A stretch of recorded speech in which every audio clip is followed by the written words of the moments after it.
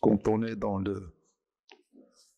la parole d'Allah subhanahu wa ta'ala ou de Sayyidina Muhammad sallallahu alayhi wa sallam, ou ce qu'essaient les chouyours de transmettre et apprendre aux autres, ces paroles-là sont porteuses de lumière.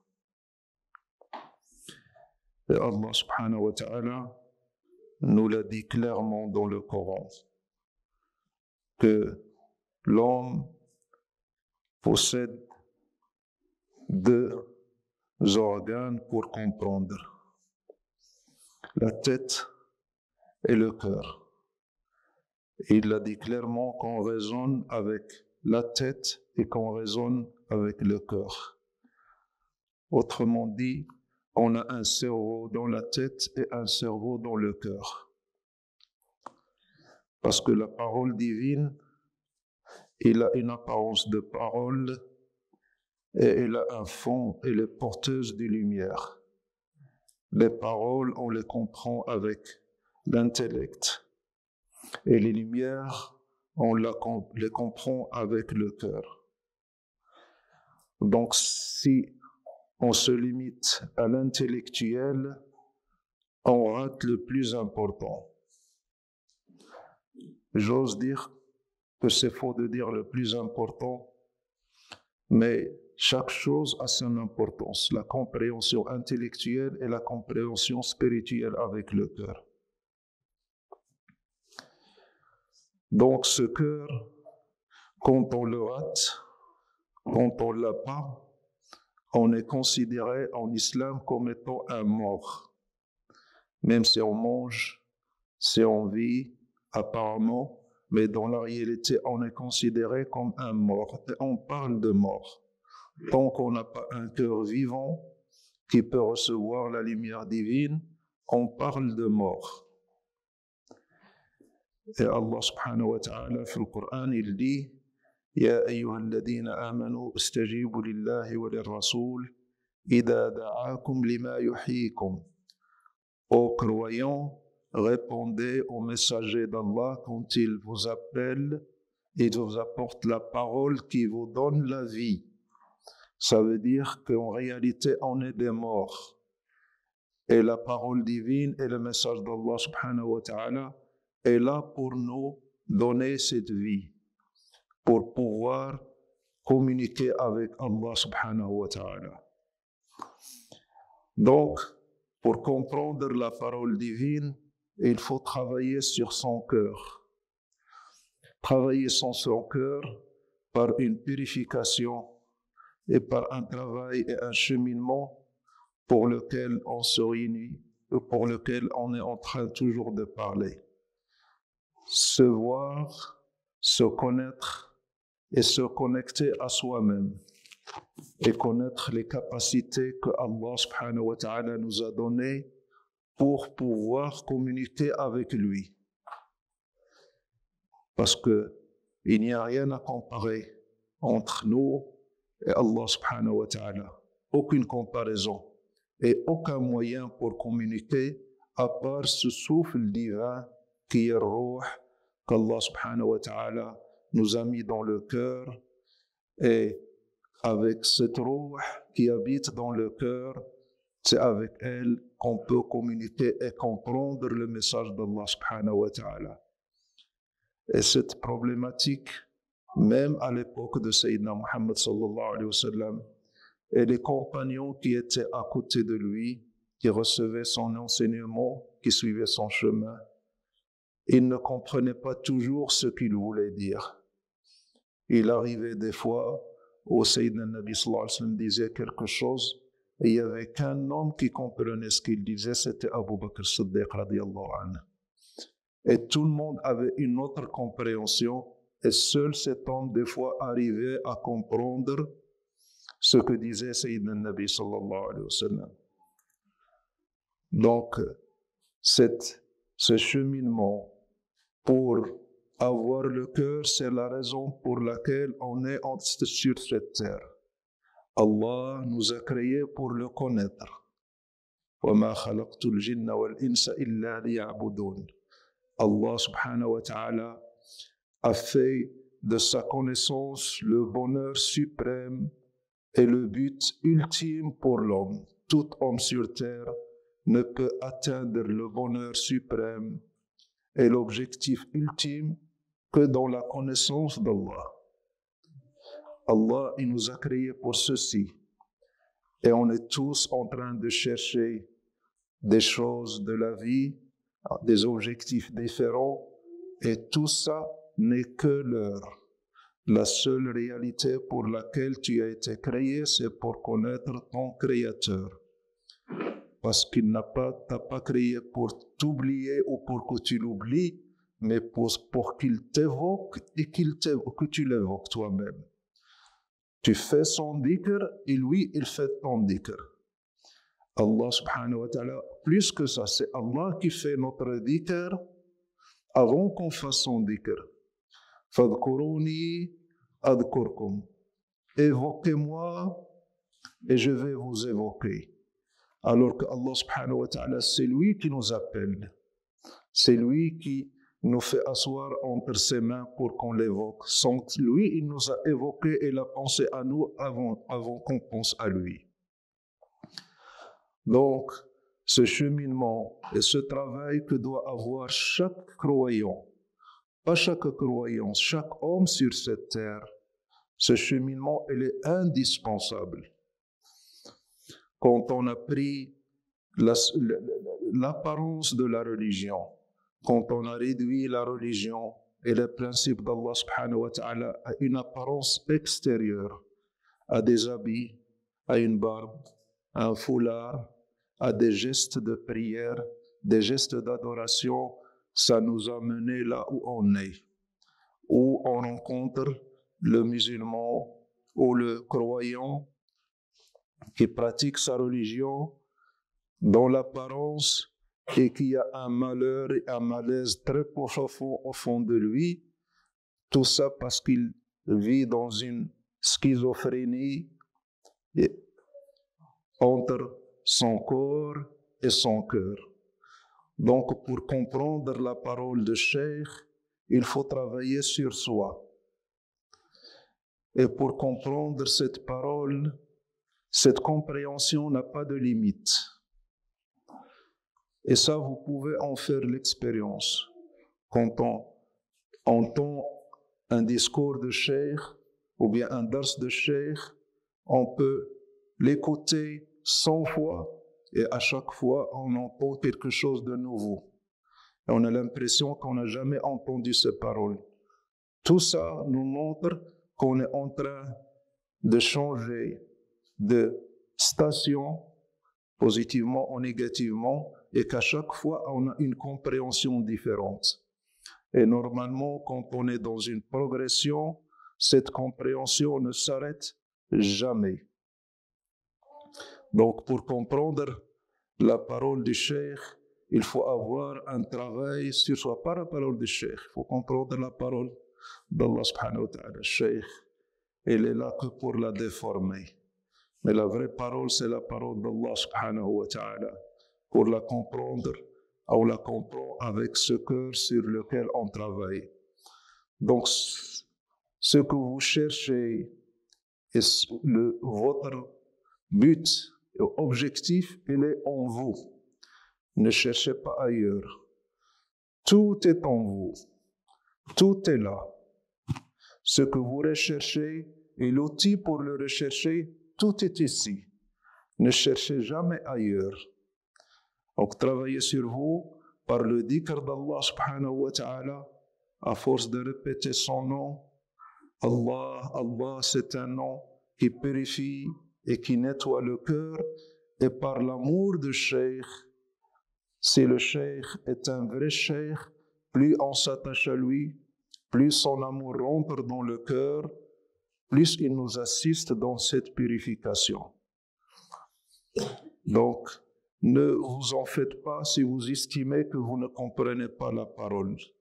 C'est pas un problème. Ça a quelque chose de positif. Nous pousser à travailler sur nous, sur soi. Ça, Sayyidina Nabi sallallahu alayhi wa sallam, Quand il est arrivé, quand il a eu la révélation, tout ce qu'il apprenait à ses compagnons pendant 13 ans qu'il a résidé à la Mecque avant d'immigrer à Médine, pendant 13 ans, il ne faisait que dire aux hommes, dites la ilaha illallah. Dites la ilaha illallah. Il subissait des supplices, on les combattait, on les tuait, et Sayyidina Nabi sallallahu alayhi wa sallam dit, ne réagissez pas, ne faites rien, dites la ilaha illallah. Ça veut dire travailler sur votre cœur. Donc, ce que je vous conseille, intéressez-vous à vos cœurs.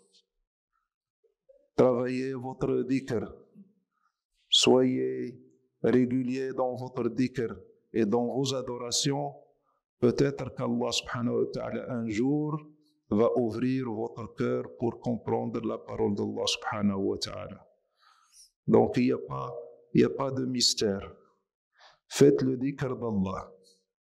C'est pour ça que la chose que répètent tous les walis d'Allah, tous les walis, quand tu les rencontres ou bien quand tu lis ces paroles, toujours Udhkurullah, évoquez Allah. Et Allah subhanahu wa ta'ala, c'est la seule adoration qu'il nous a demandé de faire abondamment. Ya ayyuhalladhina amanu udhkurullaha dhikran kathira. Il ne nous a pas demandé de prier beaucoup, ni de jeûner beaucoup, mais il a dit évoquez Allah abondamment.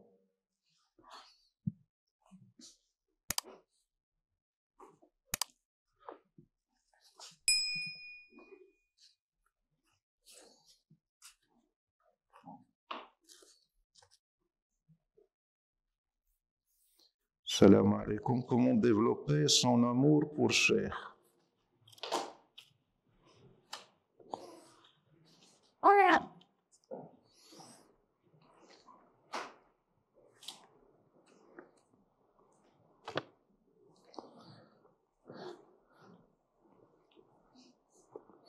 Quand on n'a pas d'amour pour Cheikh ou peu d'amour pour Cheikh, ça peut avoir deux causes. Soit Cheikh n'est pas aimable, soit on n'arrive pas à voir la réalité et la beauté de Cheikh pour l'aimer. Mais de toute façon, si on se pose comme objectif d'aimer Cheikh, il faut se forcer. On a toujours répété, il faut faire les actes des amoureux. Quand on aime, on fait des actes. Vous connaissez les actes des amoureux? Vous connaissez ce que fait un amoureux? Qui a déjà été amoureux?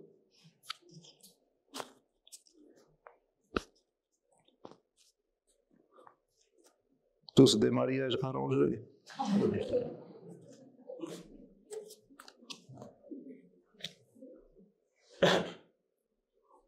Extraordinaire.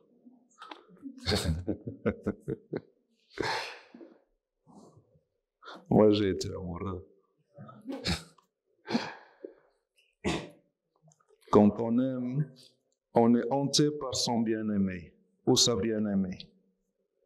On ne pense qu'à elle, on ne rêve que d'elle, on ne veut que la satisfaire, et lui faire plaisir, lui faire des cadeaux, être gentil, aimable avec elle. Donc, quand on aime, on a des actes. Mais des fois, même quand on n'aime pas, pour développer cet amour, on fait les actes des amoureux pour avoir l'amour.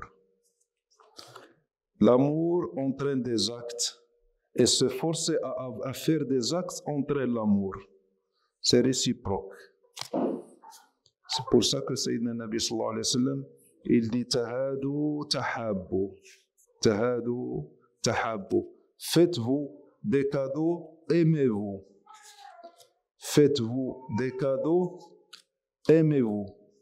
Il n'a pas dit aimez-vous, faites-vous des cadeaux parce que ça va sans le dire. Quand on s'aime, on se fait des cadeaux. Mais il nous a incité à emprunter le chemin inverse. Faites-vous des cadeaux, aimez-vous. Quand vous n'aimez pas quelqu'un, un voisin, un ami, un frère, forcez-vous à lui dire bonjour, à lui dire salam alaikum, à demander de ses nouvelles, même si vous ne le blairez pas. Faites l'effort pour avoir des gestes et des paroles d'amour, et Allah subhanahu wa ta'ala va vous donner l'amour par la suite. Et ça va apaiser votre cœur. C'est quelque chose qui est extraordinaire. Plus une personne vous refoule, plus une personne, vous n'arrivez pas à la sentir, faites l'effort d'être gentil et aimable et demandez après elle. Allah subhanahu wa ta'ala vous donne une paix intérieure qui est magnifique et développe un amour. Ça, c'est les hommes et les femmes qui marchent sur leur ego, qui piétinent leur ego pour Allah subhanahu wa ta'ala. Donc cet amour, on le développe en se forçant à avoir les actes des amoureux. Donc cherchez un amoureux parce qu'apparemment avec nous il n'y en a pas et demandez-lui ce qu'il fait avec son bien-aimé et faites pareil.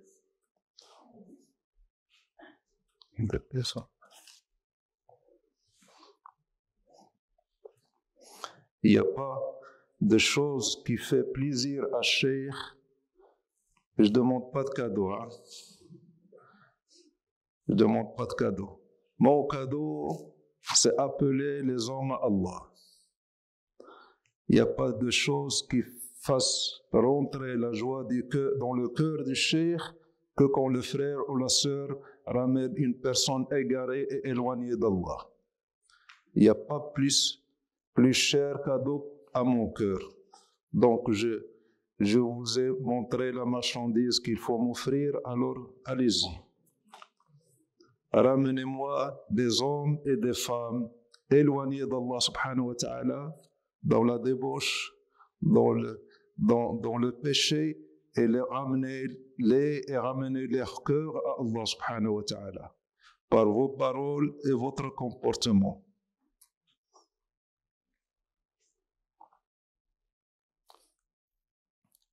Comment travaille-t-on sa sincérité et sa niya?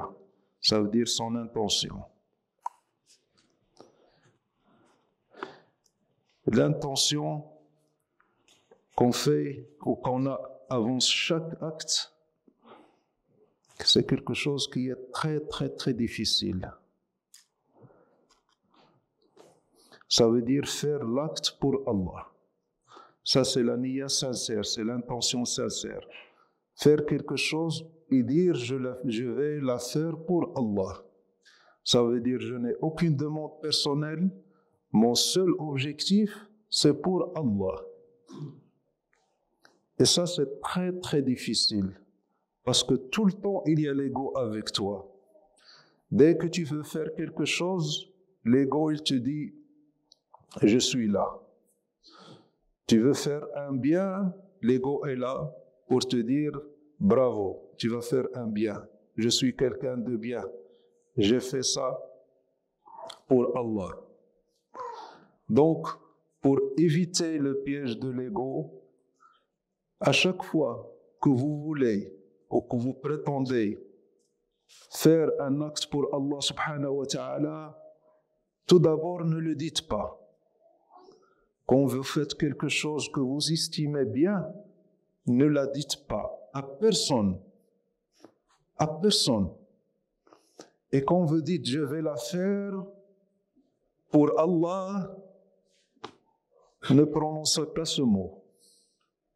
Dites-le intérieurement. Quand on te dit je veux faire ça pour Allah, parce que c'est ça la bonne niya. La bonne niya, c'est quand on fait la chose uniquement pour Allah. Aucune demande personnelle ou satisfaction personnelle. Je le fais pour Allah. Je suis son serviteur, je suis soumis à lui, il m'a demandé de faire ceci, je le fais pour lui. Je n'ai pas de demande personnelle. Et ça, c'est presque, je vais vous dire, c'est impossible. Ce n'est pas pour mettre le désespoir dans l'histoire, mais c'est presque impossible. À chaque fois qu'on veut faire quelque chose, entre guillemets, pour Allah, on arrive toujours à Montrer à nous-mêmes et aux autres qu'on ne l'a pas fait pour Allah, mais on l'a fait pour notre ego. Tu dis, je vais faire la chose pour Allah avant de faire l'acte. Peut-être c'est plus ou moins sincère. Quand tu fais l'acte, tu résistes un peu. Mais surtout, quand tu le fais et tu le termines, tu commences à te dire, Masha'Allah, j'ai fait ça, je suis quelqu'un de bien, j'ai aidé celui-là, j'ai rendu service. Alhamdulillah. Alhamdulillah, c'est avec la langue. Mais dans le cœur, ça veut dire je suis quelqu'un de bien.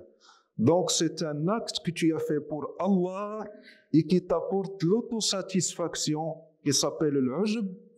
Et l'autosatisfaction annule l'acte. C'est comme s'il n'existait pas. Chaque fois que tu es autosatisfait et que ton ego croit qu'il a fait quelque chose de bien, sache que tu ne l'as pas fait pour Allah. D'ailleurs, à chaque fois qu'on a cette prétention, Allah subhanahu wa ta'ala nous éprouve, surtout avec les hommes. À chaque fois que tu fais quelque chose avec quelqu'un et tu dis que tu l'as fait pour Allah ou tu lui as rendu service pour Allah, Allah subhanahu wa ta'ala t'envoie cette personne pour te faire du mal. Tu dis, je l'ai fait pour Allah. J'ai aidé tel pour Allah. Et un jour, cette personne, tu viens lui demander service, par exemple. Et cette personne a la capacité de te rendre ce service. Et il te dit, non, je ne peux pas. Qu'est-ce que tu vas dire automatiquement? Alors que tu viens de lui rendre service, qu'est-ce que tu vas dire? Répondez-moi, qu'est-ce que tu vas dire? Hein? Pardon? Et tu viens de lui rendre service et lui là, il ne veut pas. Donc tu l'as fait pour Allah ou pour avoir de la reconnaissance? Il suffit que la personne ne te dise pas merci. Et que tu dis je le fais Allah, il ne te dit pas merci. Qu'est-ce que tu vas dire automatiquement? Même si tu lui donnes un gobelet d'eau et tu lui dis je le fais pour Allah, il ne te dit pas merci, qu'est-ce que tu vas dire? Hein? Tu vas lui dire qu'est-ce qu'on dit? Et c'est qui cherche ce merci? C'est ton ego. Donc, tout ce qu'on fait, il a une part quelque part. Et il a une grande partie d'ego. Donc, pour travailler son niya, ça revient toujours à la même chose. Connaître Allah pour faire les choses pour Allah et pour que les hommes n'existent plus dans ton royaume. Plus tu te rapproches d'Allah subhanahu wa ta'ala, plus les hommes n'existent plus dans ta vie. Même si tu les côtoies, même si tu les vois, ils n'existent plus. Il n'y a qu'Allah. Quand on dit la ilaha illallah, ça veut dire il n'y a qu'Allah. Et tel, il n'existe pas. On est une illusion. On est une illusion. On n'existe pas vraiment.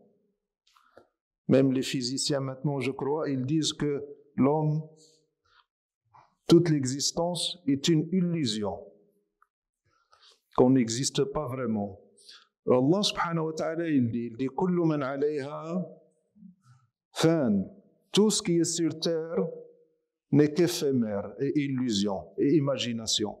Et la seule réalité, c'est Allah. Allah. Il n'y a qu'Allah. Et quand tu fais la chose ou l'acte pour Allah, tu regardes Allah et tu ne regardes pas la personne qui est en face de toi. Qu'il me le rende, qu'il me dise merci, qu'il me crache dessus, tout m'est égal.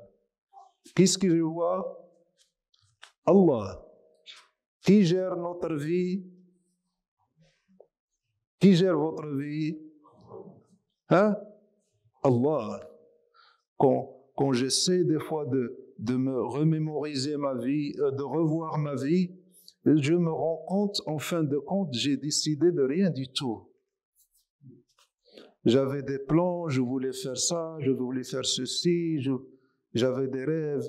En fin de compte, il y a quelqu'un qui a fait tout, il décidait tout pour moi. Donc, la vraie réalité et le vrai gérant dans notre vie, c'est qui? Allah. لو اجتمعت الإنس والجن على أن يضروك بشيء. Quoi que tu fasses, avec toute la force du monde et de l'univers, si Allah subhanahu wa ta'ala ne veut pas une chose, tu ne l'auras pas. C'est pour ça qu'on se rappelle notre vie et qu'on se rend compte qu'on n'a pas décidé de grandes choses. Ça veut dire qu'il y a quelqu'un qui fait ça pour nous. C'est Allah. Ça veut dire ce royaume, il est géré par son créateur. Est-ce qu'il peut te laisser décider et faire quelque chose dans son royaume sans son autorisation? C'est possible? C'est pas possible.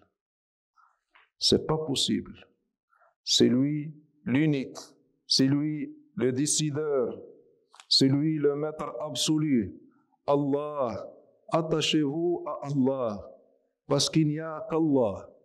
C'est pour ça que quand on fait dhikr, on revient toujours à la même chanson. Ad-dhikr, le même refrain. Ad-dhikr, dhikrullah.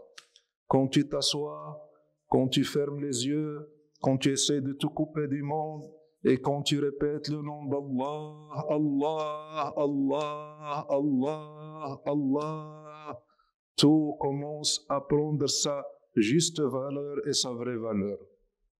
Comme je vous l'avais dit une fois, c'est le Cheikh, radiallahu anhu, il y avait un frère qui est venu chez Cheikh, il lui a dit, oh Cheikh, j'ai remarqué que tu as changé avec moi. Tu as changé. Tu ne me souris plus. Peut-être que tu es en colère contre moi. Je t'ai fait quelque chose. Je t'ai fait un mal. Et Cheikh lui a répondu, j'oublierai jamais cette phrase de Cheikh. Et qui veut dire ce que veut dire. Cheikh lui a dit, oh mon fils, pour que tu me fasses quelque chose de mal, il faut que tu existes. Pour que tu me fasses quelque chose de mal, il faut que tu existes. Je ne te vois même pas. C'est-à-dire, dans la vision de Cheikh, le frère, il n'existe pas. Alors, comment il peut faire le mal ou le bien? Celui qui fait le bien, c'est Allah. Et celui qui nous éprouve par le mal, il ne veut pas du mal, mais il veut nous purifier et nous rappeler à lui, c'est qui? C'est Allah. Donc, il n'y a qu'Allah subhanahu wa ta'ala.